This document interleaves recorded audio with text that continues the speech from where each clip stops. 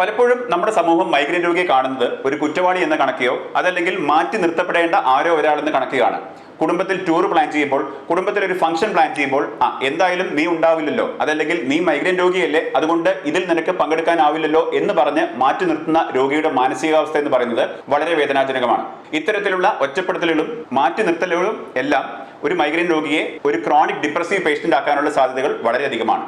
വളരെ അസഹ്യമായിട്ടുള്ള വേദന റിക്കറന്റ് ആയിട്ട് റിപ്പീറ്റഡ് ആയിട്ട് ഇത്തരത്തിലുള്ള വേദനകൾ വരികയും അത് നിങ്ങളുടെ ജോലിയെയും പേഴ്സണൽ ലൈഫിനെയും ഒരുപക്ഷെ ഫാമിലി ലൈഫിനെയും ബാധിക്കുകയും ദാമ്പത്യ പ്രശ്നങ്ങളും കുടുംബ പ്രശ്നങ്ങളുമെല്ലാം ഈ മൈഗ്രെയിന്റെ ഒരു നിത്യ സംഭവങ്ങളായിട്ട് മാറുകയും ചെയ്യുന്നതും കാണാറുണ്ട്. വേദന കാരണമുള്ള പ്രശ്നങ്ങളും വേദന സഹിക്കുവാൻ കഴിയാതെ വരുന്നതായിട്ടുള്ള ബുദ്ധിമുട്ടുകളും ഇത് കാരണം ഉറക്കം നഷ്ടപ്പെടുന്നതും മാനസികമായിട്ടുള്ള വ്യതയും ഇതെല്ലാം ചേർത്ത് മൈഗ്രെയിൻ രോഗിയെ ഡിപ്രഷനിലേക്കും മറ്റു മാനസിക പ്രശ്നങ്ങളിലേക്കും തള്ളിവിടാറുണ്ട്. ഇത്തരം പ്രശ്നങ്ങളെല്ലാം മുന്നിൽ കണ്ട് ഭയപ്പെട്ടുകൊണ്ടാവാം ഒരുപക്ഷെ ചിലരെങ്കിലും ഒറ്റമൂലി ചികിത്സയ്ക്കും മന്ത്രവാദത്തിനും ഓദിച്ചു കെട്ടുന്നതിനും എല്ലാം പോകുന്നത്. ഇതെല്ലാം ശ്രമിച്ച് പരാജയപ്പെട്ടതിന് ശേഷമാണ് ഒട്ടുമിക്ക ആളുകളും ഞങ്ങളുടെ ആശുപത്രിയിലേക്ക് ചികിത്സയ്ക്കായിട്ട് വരാറ്. ഇവരെ കൃത്യമായിട്ട് കേൾക്കുകയും ലിസൺ ചെയ്യുകയും അവരുടെ കേസ് ഫുള്ളായിട്ട് ഇൻ ഡെപ്തിൽ പഠിക്കുകയും ചെയ്യുമ്പോൾ തന്നെ ചികിത്സയുടെ ഒരു വലിയ ഭാഗം തന്നെ പൂർത്തിയാവുകയാണ്. ലഘുവായിട്ടുള്ള ലൈഫ് സ്റ്റൈൽ ചേഞ്ചസിനോടൊപ്പം കഠിനമായിട്ടുള്ള യാതൊരു പഥ്യങ്ങളും ഇല്ലാതെ സൈഡ് എഫക്ട്സ് ഇല്ലാത്ത എഫക്റ്റീവ് ആയിട്ടുള്ള മെഡിസിൻസ് ഉപയോഗിച്ചുള്ള ചികിത്സാ രീതിയാണ് ഹോമിയോപ്പതി.